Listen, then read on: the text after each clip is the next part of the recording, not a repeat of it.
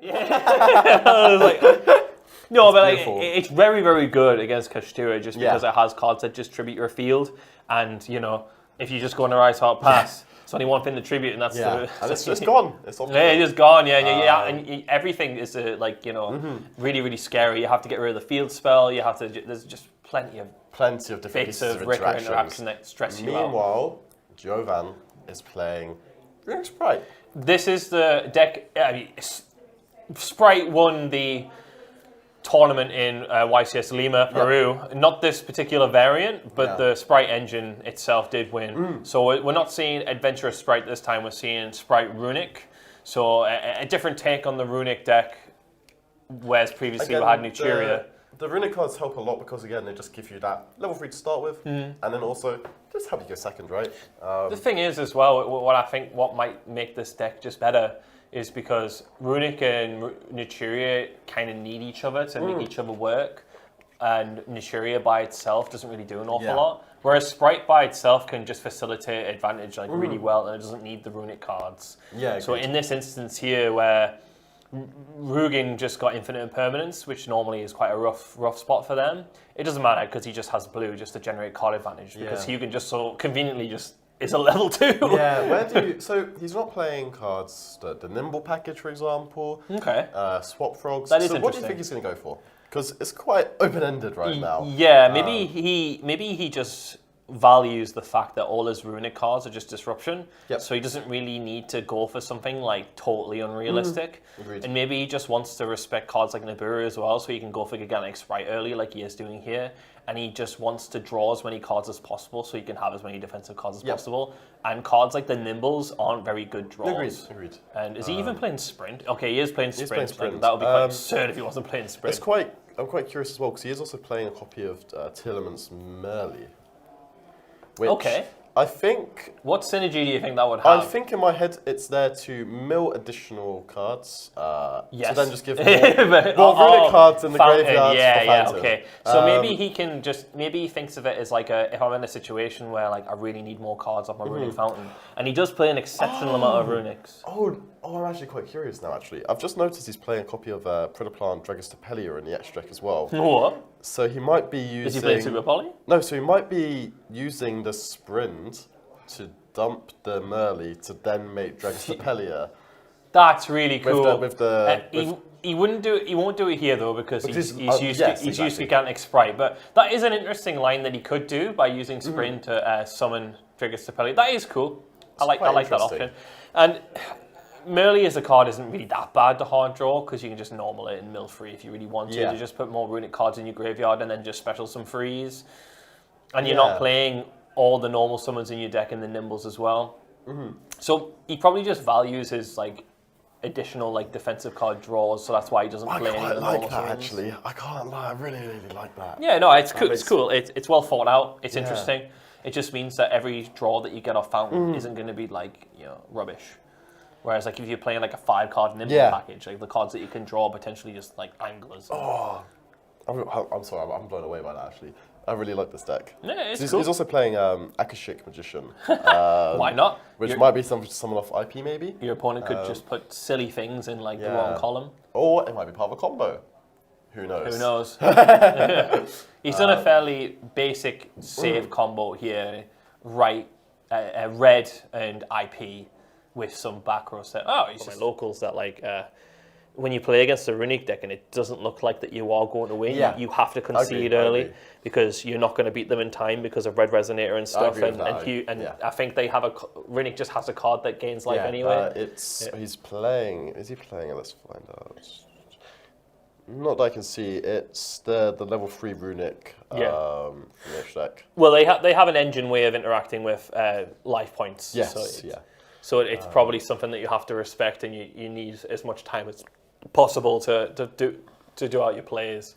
So let's see how Tom's combo goes. So this is the mistake I made, which I was told annoyingly afterwards. I had Ash Blossom and I naturally just Ash the Link one. You don't do that, right? This is where you Ash. You Ash the sowing. You Ash the sowing, yes. Which is something I was told afterwards when I'd already lost. A bit of a humble brag here. I don't know how many games I've played with Plant anymore. But I've got to the point where I think I've only been correctly hand-trapped with an infinite impermanence once. And what would you say is the correct time to infinite impermanence? I don't know if I want to share that information just yet. I'd be telling. But it did happen in a feature match. So there you go. Oh, let's Viewers at home, that little bit of information for you. Is it not Jasmine? No, it's not. Oh. It's Mudan. Because Mudan cuts off access to the field spell, and the field spell is the deck. Right, it's everything you want. And if Rikka doesn't have access to if it's field spell, then it just doesn't work. It works, but it's not. You just don't. Not as impactful. Yeah, exactly. Your interrupts. You're not removing costs from your opponent. You're not getting your extra sets. There's a lot of value you lose there. So we're seeing Tom here. So has the point even happened? Like Muda hasn't been summoned yet. So the thing is, how we're now comboing. So I've spent a lot of time talking to Tom about this deck. How we're now comboing that. You shouldn't be getting imperm at that point, essentially. Ash on sowing is forever the correct point. I think if you do open the imperm, you do have to imperm Jasmine, at least with how this combo is. Right. I think Jovan does not have a hand trap. Oh, so is he doing a line where you can put up an Omni Negate, so even if he has impermanence for the Mudan, yeah. I see. So this is, I think we might for the first time on stream see the Wombo combo here today. Ooh, is that Lone Fire Blossom? That is Lone Fire Blossom. Tribute in Lily, so that makes the regular slide. That's sick. So now you summon Pestle from deck, and now because he discarded Princess as well for the 1/1, it's even better because now he has the Monster Negate already. And now he's going to summon a Regulus and then gives a second layer of protection, let's say. That's sick. So would you say, what makes this deck different from any of the other combo decks though? So the Rikka cards are also generally just really good cards going second. Like the field spell lets you start tributing your opponent's cards, and then they just naturally keep on going and going. I think a lot of people, when you're playing against this deck, they're like, okay, I need to hold it for this certain spot.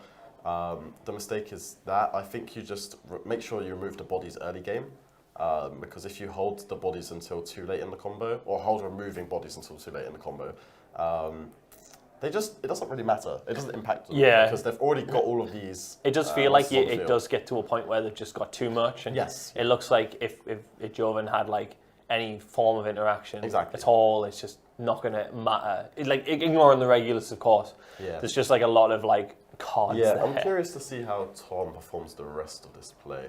Well, he has the Rugen in his hand, right? Yeah. So I'm just curious to see if he goes for the field spell to set Sheet or the field spell to set Glamour here. What would you normally go for? I personally always prefer setting Sheet, just because even if you do get stopped, Sheeps and the field spell are still 2 pieces of interruption, essentially, because you're tributing a monster to then take control of another monster. So it doesn't matter if they have like Nibiru, let's say, or other types of ways of clearing your field. You still have this ability to just keep on going. So I think here he's going to do a little bit of a different play, and basically I wasn't confirmed to be playing a plant yet again until I got a cheeky video from Tom on how this combo is, and that's what convinced me this is the deck I want to play for YCS London, I think. Or you feel like you're pretty set in what you want to play for the 250th? Unless there's a really cool deck that pops out of the woodworks, then I think I'm sold on this. So Tom, to note, also just seems like it's doing well so far. I think everything's going according to plan. Outside of Lava Golem Sphere modes, this board it just can't be broken. Oh, and I guess Dark Ruler no more. But that's not really seeing too much play. So when your field does get hit by Dark Ruler no more, what's your backup plan? You have the trap, right? But it's going for the trap. Oh, he's going for double. Yeah. This girly. So what's that about? So you're sending on a tribute 1 for Lone Fire to summon the Rosebud from deck. Yeah, I know when that card's tributed because I've buried that before. It does something annoying. It summons a XYZ from the extra deck. So he's going to summon. Oh, that's the Omni Negate as well, right? Then he's going to activate the field spell. That's going to get a spell underneath it. And now he's going to set Rikka Sheet. So this board, on the surface, what do you think of it? Looks pretty scary. Because Yeah, the opponent can now not activate a spell or trap unless it's Dark Ruler. Otherwise, it gets negated with Regulus. Then they have no more for the turn. So what does Rose Whip do again? Rose Whip is your opponent can only activate one spell or trap card per turn. I see. So that's why. So Dark Ruler is your only copier. Yeah. And he is playing it. Oh wait, no, that's the Rikka deck. He is not playing it. Not playing it. He is playing Vanity's Fiend. Oh, that's cool. Yeah, I don't think he has a way to beat this unless he does have multiple Lava Golems. I think that's like, okay, so looking at Runick Spright, Rikka has one means of like dealing with the field, and you're just not sure with one spell what you're going to really do. Yeah, exactly. Your card needs to be to immediately remove the Rose Whip, but the Regulus will just like negate that. So is the wording on Rose Whip that they can only activate? Yes. What if they negate the activation? If you negate the activation, then you can activate another one. Right, I see. But Regulus negates the effect. Oh. So yeah, this is why. So Regulus doesn't negate the activation. Oh, exactly. I see. So this is a soft lock. I know we didn't get that far in our match at Nationals, but this is the board I was trying to aim for. I see.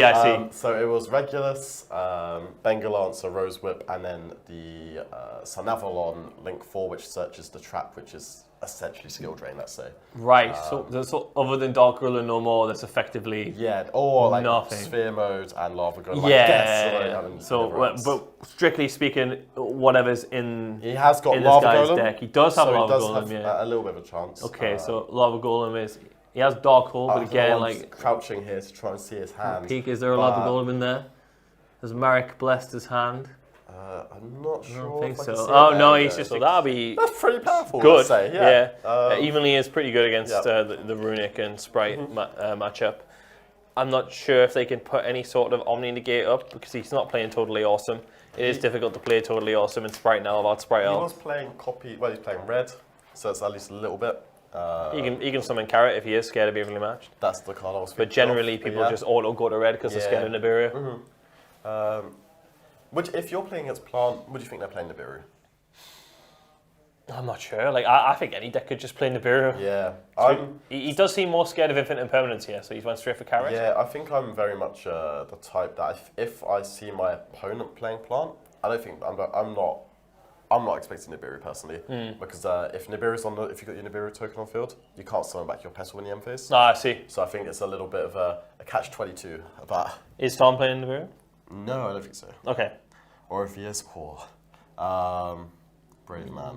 Don't see it. But it feels like a lot of go second strong cards. Yeah, just like spells like Talon's Frost, Dark Ruler no more, again, we're seeing evenly. Eradicators this tournament that they might just be putting in a lot of work because people are building their decks to have all of these powerful spell cards. Yeah, because you need them because they're the best disruptors for and have the best coverage.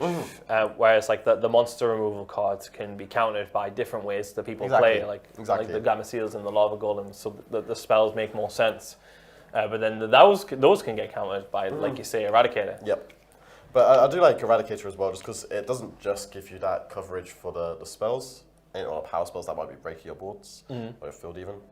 But they're just very strong against the trap decks, right? Yeah. Opponent has 5 traps in hand. Not anymore. They're gone. Yeah. Like it's almost terrifying playing a deck like Labyrinth because if your opponent can naturally side Eradicator Pandemic, and they call trap, there's just you can't get back. How do you win? Like you can't draw a trap for turn. You can't do what your deck's meant like to it's do. just at that point it's just like there's instances where you can maybe play but you're so far behind and you just can't do anything and it's just a matter of just like delaying the inevitable to be honest. So there's 20 minutes left on the round. So I'd be very surprised if this goes to time now. Because like Tom's scooping game 1 quite early so it doesn't get to that. Jovan, I'm surprised he did, but because his deck's quite strong in time. Oh, so he has just Tribute Summon Vanity's Fiend. That's pretty strong. So it makes a lot of sense now why he went for the Carrot. Because it means he can just tribute he can use Carrot effect to tribute Gigantic Sprite to negate the Infinite Impermanence. So this also just indirectly respects the Evenly Match too. But even if he lets the Evenly Match resolve, it doesn't deal with the Vanity's Fiend. So how would Rikka deal with this? So it's a bit unique because I think this would be very strong into the rest of the meta, let's say. But there is also the chance that the Rikka, if he does resolve Evenly Match, it does resolve. He can just go, field spell tribute. And then it's just like I see that very. So the engine can't deal with that. Yeah, there's just that chance it does just deal with it. But the issue is he has to deal with that carrot. Yeah. Okay, so yeah, that's one way of getting rid of the carrot. So I think he's going imperm to negate the carrot. So I think you just let that happen. Right? Yeah. Like, why would you tribute your gigantic Spright for no reason? Then that was the declaration of end of main phase, I believe. He also has a Cosmic Cyclone as well. So yeah, so if he leaves a set back row, which I don't think he would definitely just leave the Vanity's Fiend. Does he play something like Solemn Judgment? I don't think no, he has Eradicator, so Vanity's is 2400, right? Evenly matched here is going to suck, especially if he has a way of dealing with it. Yeah. Vanity's Fiend. And by suck, I mean like it's going to be very good. Oh, he is.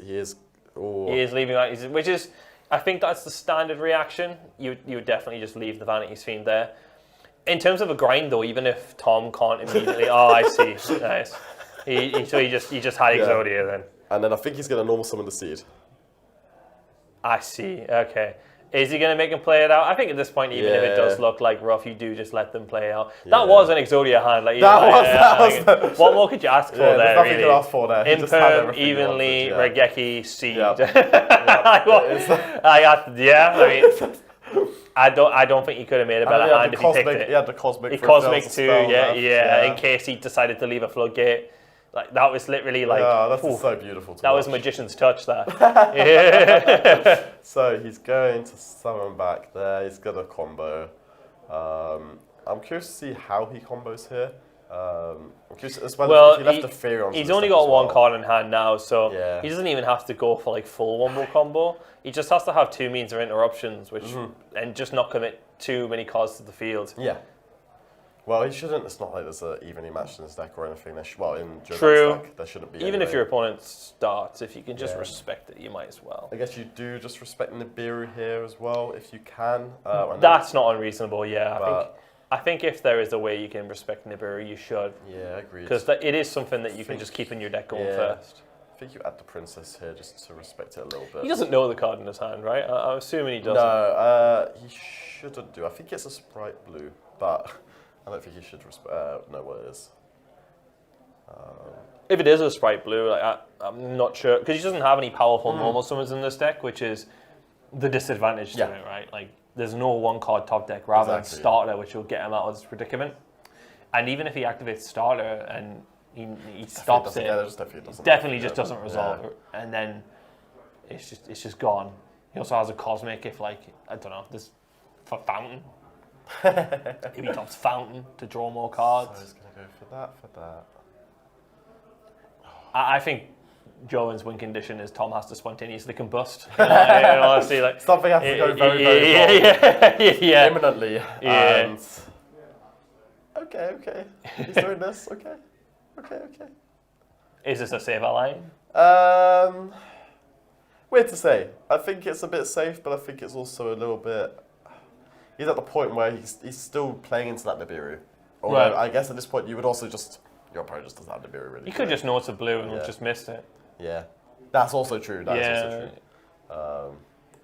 So I think he's just going to go for that to add back, then make another one, then tribute it to summon the Mudan, and then use it to summon not Bangalotsa.